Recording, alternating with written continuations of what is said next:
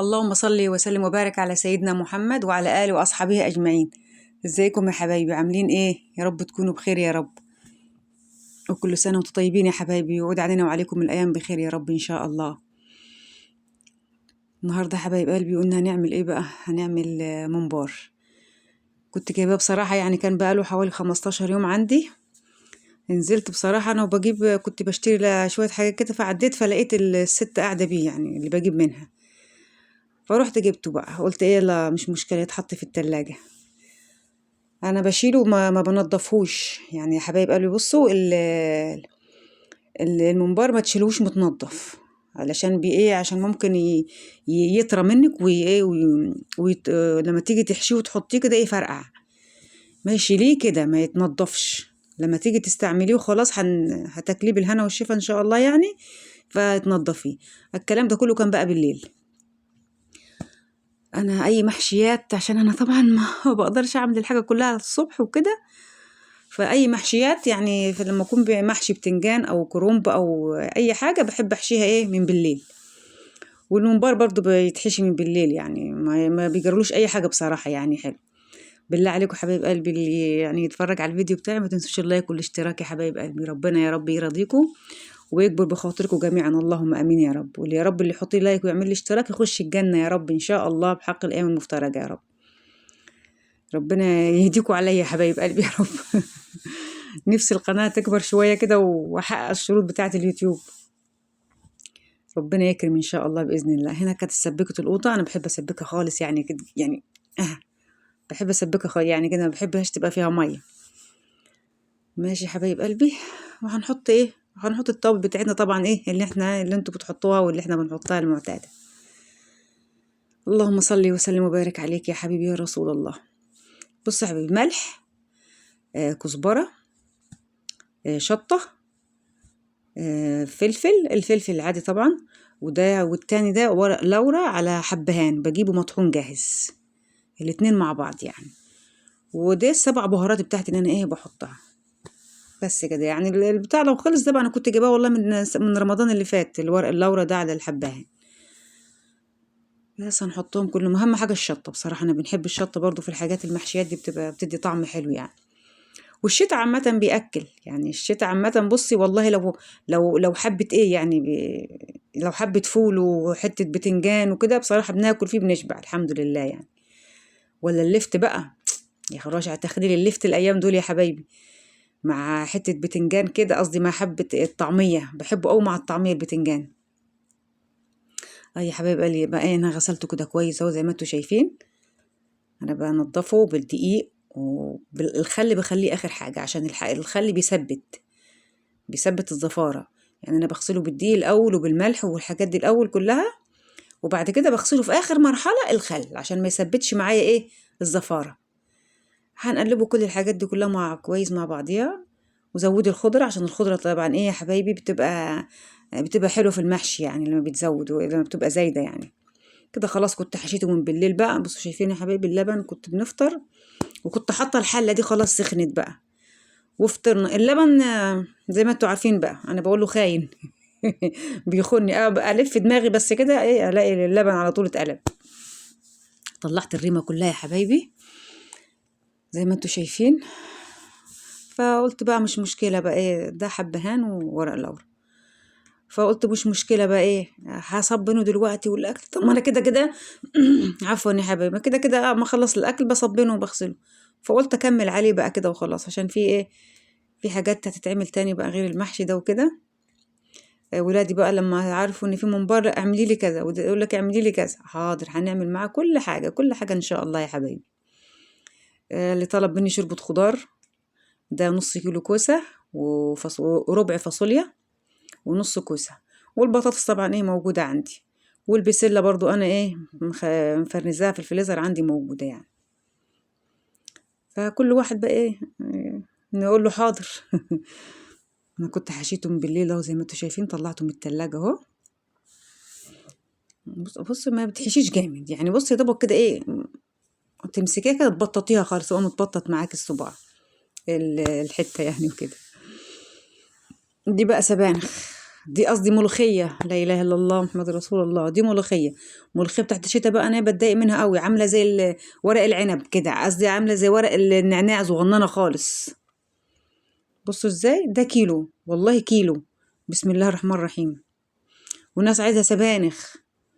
يا جماعة ده مش كيلو لحمة، ده اللي هنعمل عليه 100 حاجة. يلا نزود حبة الشوربة وخلاص. كل واحد طب عايزين شوربة الملوخية، عايزين شوربة للسبانخ وعايزين شوربة لل للبتاع ده التانية دي اللي هنعملها كمان، شوربة الخضار. طب هنعمل ايه؟ يلا بقى مش مشكلة، هنقضيها برضو، هتتقضى ان شاء الله بإذن الله بإذن الله. زي ما انتوا شايفين يا حبايب قلبي اهو خلاص حطيت اللحمة. بس مضايقني قوي منظر البوتاجاز ده والله العظيم بجد، بس قلت لسه هشيل واحط. طب على ايه بقى؟ ما احنا كلنا زي بعضينا يا حبايب قلبي، ما احنا بنتحط في الموقف ده يعني. هنا كنت حطيت سبكت القوطة بتاعت السبانخ وقطعت السبانخ، وهنحط السبانخ هنا. وحطيت الحلة التانية بقى ايه اللي هنحط فيها الممبار ان شاء الله يا حبايبي. بالله عليكم يا حبايب قلبي ما تنسوش لايك والاشتراك، يا رب يرضيكم يا رب يا حبايب قلبي، يا رب يكبر بخاطركم يا رب، اللهم امين يا رب. بص هي الحله مش صغيره، بس السبانخ بتبقى طبعا زي ما شايفينها بتبقى هايشه لفوق كده. دول بص يحبوا حبه قد كده، حزبتين سبانخ دول بحط عليهم حزبه كزبره، زي ما تحسيها انها خلاص الحله اتملت قلي يعني. وهي بصي هتنزل خالص دلوقتي. انا بحب اسيبها مع بعضيها كده الاول تنزل ميتها وتغلي غلوتين، تغلي كده غلوتين 3، وبعد كده ايه بضيف لها الرز واضيف لها حبه ايه حبه شوربه بس. اللي اغطيها بقى كده انا حطها العين الصغيره، واللحمه الناحيه التانية لسه بتستوي نقلتها جوه عشان احط ايه الممبار في الحله الكبيره. بص يا حبيبي بنحط بصل وقوطه وجزر. ما عندكيش جزر عادي حطي البصل والقوطه وخلاص مش مشكله، ما انا ساعات في الصيف ما بيبقاش عندي جزر. بس كده هنحطه في الميه، وهنحط معاهم كمان ايه ورق لورا عشان يدي ايه برضو ايه طعم حلو، طعم يعني يدي طعم حلو كده. ورق اللورا بصراحه بيبقى طعمه جميل في اللحمه وفي اي حاجه، في اي شوربه، في الفراخ، في اي حاجه. بصوا اهو، بصوا نزلت ازاي بقت قد ايه، شايفين؟ نقصت خالص اهي. في بقى ايه، في الرز ده موجود من بالليل، ده كده بقى معايا بقى ايه الزياده يعني حبايبي. هناخد منه ايه بدل ما نطلع حبه رز من كيس ولا حاجه، لا هناخد معلقه ونحطها على السبانخ. يعني معرفش بقى ان احنا بنحب نحط الرز، معرفش انتوا بقى في ناس بتحب تحطها وتحط ولا لا يعني زينا وكده. في ناس بتعملها من غير رز يعني عادي، بس احنا بصراحه بنحب الرز يعني. يا سلام يا جدعان لو رغيف عين شمسي، الله، الواحد يعني ايه كان هيبقى مبسوطة قوي. انا بحب العيش الشمسي قوي بس ما فيش حد دلوقتي لا بيروح ولا بيجي دلوقتي في الجو اللي احنا فيه ده. لا اله الا الله محمد رسول الله. هنسقطه كله يا حبايبي بقى، انا بمسكها بتنيها لازم عشان ايه ما تبقاش مفرودة يعني معاكي وكده. انا بحب احطها ايه متنيه.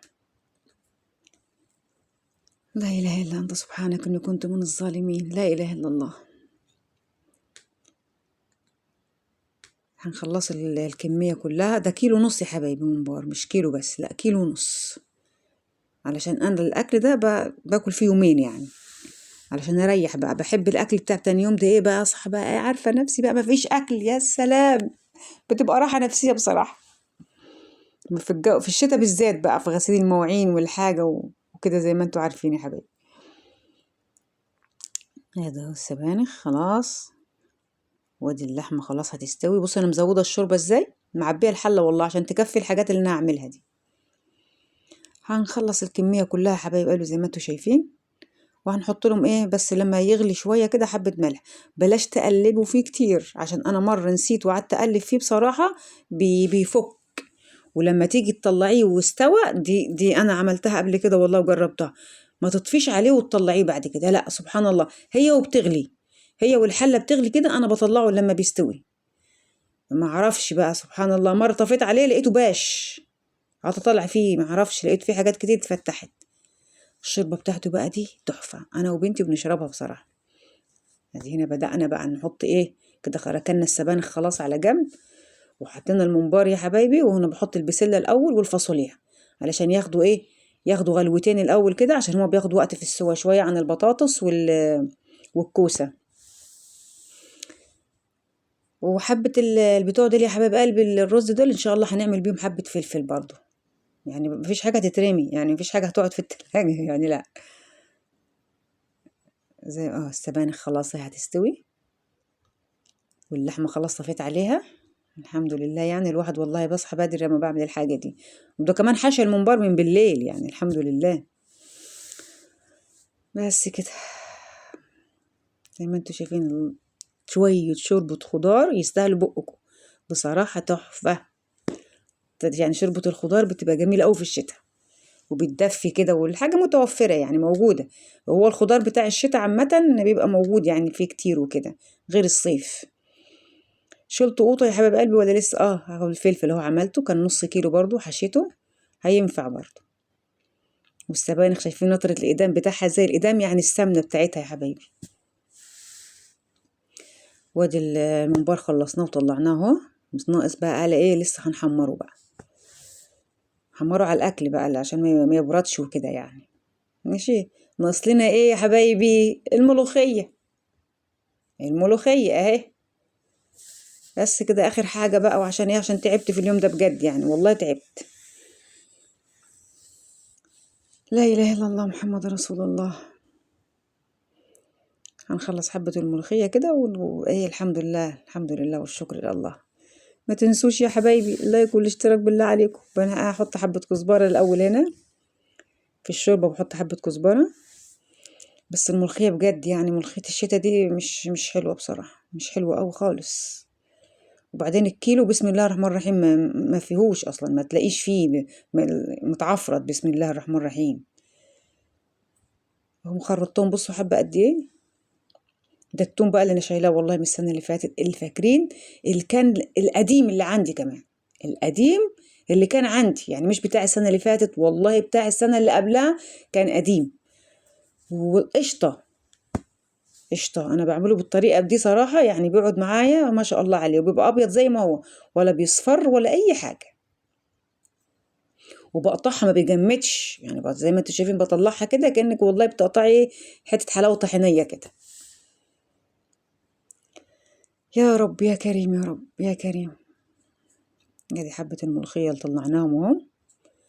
بس اعمل ايه طيب؟ ما عشان والله في 2 من ولادي ما بياكلوش السبانخ، مع ان انا بحب السبانخ بصراحة. ده انا باكلها يعني ايه بصراحة، باكلها بالمعلقة والله حلوة. يا الله لا اله الا الله محمد رسول الله. خلص كده اهو. يا رب كده يا رب ان شاء الله كده يا رب نخرج كده من شهر رجب يا رب كده، ونبقى مقبولين الخاطر كلنا يا رب ان شاء الله. وكل اللي عنده قناة يا رب كده تكبر، وكل اللي نفسه في قناته تكبر يا رب ان شاء الله تكبر، ويرضينا ويرضيكم كلكم يا رب ان شاء الله بإذن الله. يا رب يا رب. بس كان بتوع القنوات الكبيرة ده اللي يبصوا لنا شوية كده يعني، وينزلوا لنا فيديو أو 2 عندهم، ما بس ربنا مش بيهديهم، ربنا يهدي، ربنا يهدي. المفروض يعملوا لنا كده ايه، يقولوا القنوات الصغيرة دي هننزل لهم أي حاجة يعني كده. أنا بصراحة ما ببعتش لحد حاجة يعني، سايباها على الله، سايباها كده.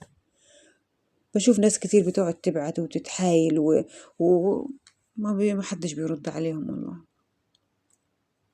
ربنا يا رب يرضينا كلنا ان شاء الله يا رب. اي قناة صغيرة يا رب تكبر باذن الله يا رب ان شاء الله، علشان احنا فاتحينها اكل عيش والله يعني، مش يعني نفسنا تكبر ويجعل لنا ربنا كده ان شاء الله منها ايه، مصدر رزق يا رب. اللهم امين يا رب العالمين يا رب. لا اله الا الله محمد رسول الله. ايه يا حبيبي عايز ايه؟ لا انا بسجل عادي، عايز ايه انت قول.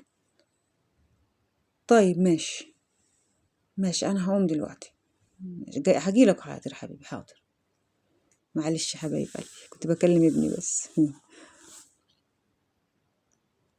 ادي الملوخية، ما تكتريش الشوربة الأول، قيسي المقياس، شوفي حبة الملوخية مثلا قد ايه وحطي شوربة.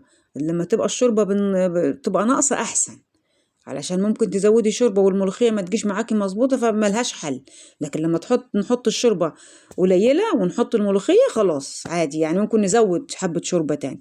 لكن كارثة بقى لو حطيتيها وسقطت معاكي، لو زادت الشوربة بتاعتها هتسقط معاكي تحت، هتبقى اسمها صيصة، احنا بنسميها صيصة، تبقى الملوخية صيصة.